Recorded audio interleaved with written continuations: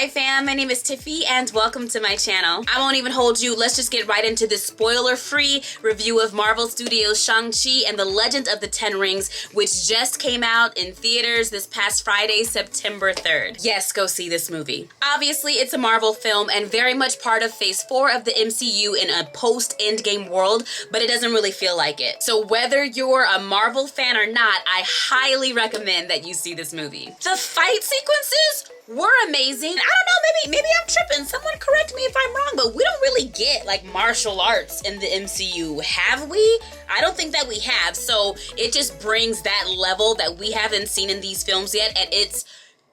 So like, think of your favorite Marvel fight scene. What's mine? I can't even, after seeing that movie, I can't even, it's cleared out the rest. Think of your favorite Marvel fight scene. All of these are better than that. Respectfully.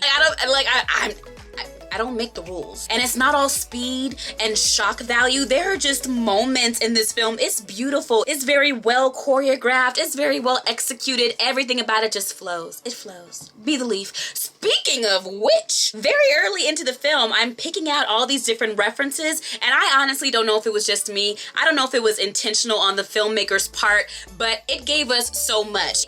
In no particular order, they were giving us a little bit of Avatar. There was so much airbending. And obviously, they didn't call it airbending, but I know airbending when I see it. And it was so good, this non-airbending, that I need everybody on this team to go on and do the live-action Avatar project because I have more faith in them than I do in Netflix. They gave us some Fast and Furious, which was very unexpected, but it made sense because it's a film about family. Some Rush Hour, and if you know, you know, I'll never look at bamboo scaffolding the same. Pokemon, because I know for a fact that I saw a Moltres and a Ninetales. I didn't see any Bulbasaurs, but that's fine. It's fine. It's fine. And obviously they're not really Pokemon, but tell that to my heart. I forgot what number I'm on, but they gave us some Sonic the Hedgehog because you can't see that many shiny rings flying and floating through the air and not think of Sonic the Hedgehog. I know they was making Sonic jokes every day. I just know it. And I don't know if these references were intentional, except for the airbending one, because ain't no way. Ain't no way that was coincidental. This entire film is gorgeous, is pretty, is beautiful, and I think that's one of the reasons why it's so different from other Marvel films, just another element. The best way to describe it for me is that the rest of the MCU, for the most part, is really technology heavy. Like we're dealing with the latest Stark tech, or the new weaponry, or some creature which again has weaponry and sometimes Stark tech. So that movie doesn't have it. It has a whole lot more spirit, a whole lot more culture, and what's really interesting to me is that there are so many people very upset about the direction the MCU is heading in Phase 4. They say that Marvel is getting too woke by bringing in so many people of color. If you are in that camp of people that are not going to see this movie because you can't handle just a little bit of spice, I feel genuinely sorry for you because you are going to miss out on an amazing film.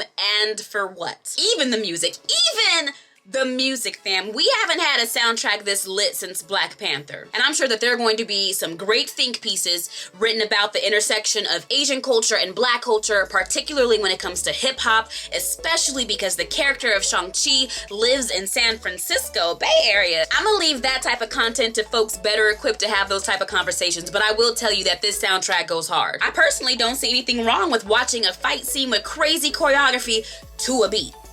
With rhythm. Like if a Marvel film makes me want to move in my seat a little bit, maybe twerk a little something, call someone up afterwards, I don't see nothing wrong with that. It's fine.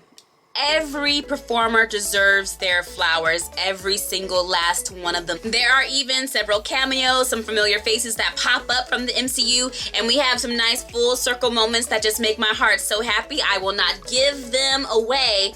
I'm just saying, go see this movie. This film absolutely deserves your time and your money, and it's only being released in theaters, so there's not going to be a streaming option. That's pretty significant. We have to support this film so that they make more like it. I understand the state of the world right now, which is why it's kind of messed up that they made this a theater-only option while putting so much pressure on the success of the film.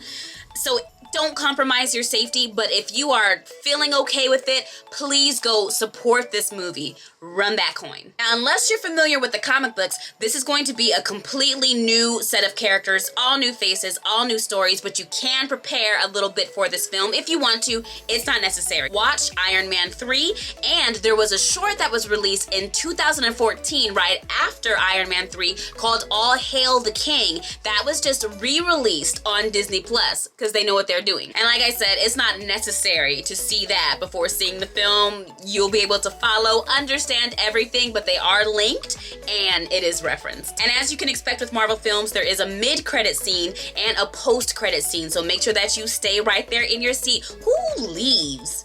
Who leaves? What kind of savage leaves a Marvel film at this point? Why'd you even come? Whatever, I don't want to judge, but like, I'm judging. That's it for me, fam. Thank you so much for joining me for this video, and I would love to know what you think of this movie, whether or not you're going to go see it. And if you're not, I want to know why. Don't be shy. Drop your reason in the comments. Make sure you're following me on social media at Tiffie Starchild, and I'm gonna see you next time. Love you, bye.